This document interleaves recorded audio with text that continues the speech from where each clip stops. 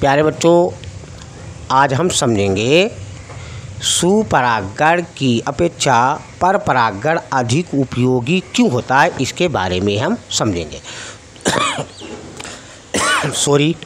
तो सुपरागण तो हम जानते हैं, जैसे कोई पुष्प होता है, कोई फूल होता है, पौधा होता है, तो उसी पौधे के जो पराग कोश से जो परागकण निकलते हैं, पराग निकलते हैं, और उसी पुष्प के जो मादा भाग होता है उसकी वर्तिकाग्र पर यानी पहुँचते हैं, स्थानांतरित होते हैं, उसी को बोलते हैं सुपरागण। मतलब स्वयं में, यानी जो पौधा होता है वो स्वयं में सब कुछ होता है, उसी को सुपरागण बोलते हैं। तो खांसी आ रही है। तो सुपरागण में बने बीज अंतःप्रजनन और अवनमन के कारण छोटे होते हैं एवं दुर्बल होते हैं, और जब ये इनके बीज यानी दुर्बल होते हैं, छोटे होते हैं, तो इनसे जो पौधा बनता है वो भी दुर्बल होता है, कमज़ोर होता है और छोटा होता है। सुपरागण में इसको हम सेल्फ पोलिनेशन भी बोलते हैं। तो जब पौधे दुर्बल होते हैं, छोटे होते हैं, तो इनकी प्रतिरोधक क्षमता भी कम होती है। प्रतिरोधक क्षमता क्या होती है? जिसे प्रतिरोधक क्षमता उसको, जैसे हम लोग हैं, हमारा शरीर जो है, तो जो रोगों के प्रति लड़ने की जो क्षमता होती है उसी को बोलते हैं प्रतिरोधक क्षमता। तो ये कम होती है सुपरागण में।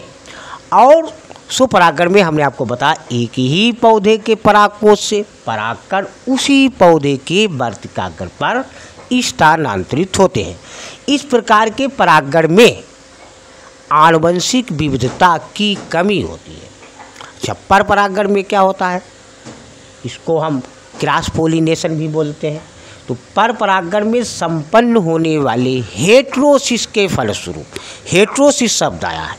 हेटेरोसिस शब्द का अर्थ होता है, ऐसे समझिए, जैसे कोई माता पिता है तो उसकी जो संतान है, उसकी जो संतानें हैं, तो वो माता पिता से ज़्यादा ताकतवर हों, शक्तिशाली हों, स्वस्थ हों, वो उसी को बोलते हैं हेटेरोसिस।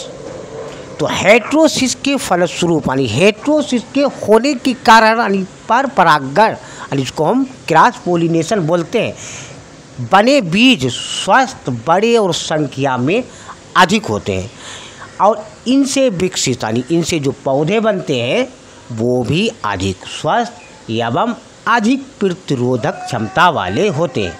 परपरागण के फलस्वरूप विभिन्नताएं उत्पन्न होती हैं, और विभिन्नताएं ही जैव विकास का आधार होती हैं।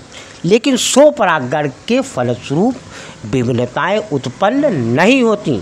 तो स्वपरागण जो होता है जैव विकास में सहायक नहीं होता है, और परपरागण को जो है वो कृत्रिम रूप से भी यानी किया जा सकता है, जिससे प्रजाति में यानी आवश्यक लक्षणों, जो उसकी प्रजातियां होंगी तो उसमें जो आवश्यक लक्षण है, जरूरी लक्षण है, उनका समावेश किया जा सके। लेकिन स्वपरागण में ये नहीं होता, ये संभव नहीं है। ये बच्चों, सुपरागण के अपेक्षा परपरागण यानी अधिक उपयोगी होता है। हमने आपको संक्षिप्त में समझाया। लाइक, सब्सक्राइब, कमेंट जरूर कीजिए।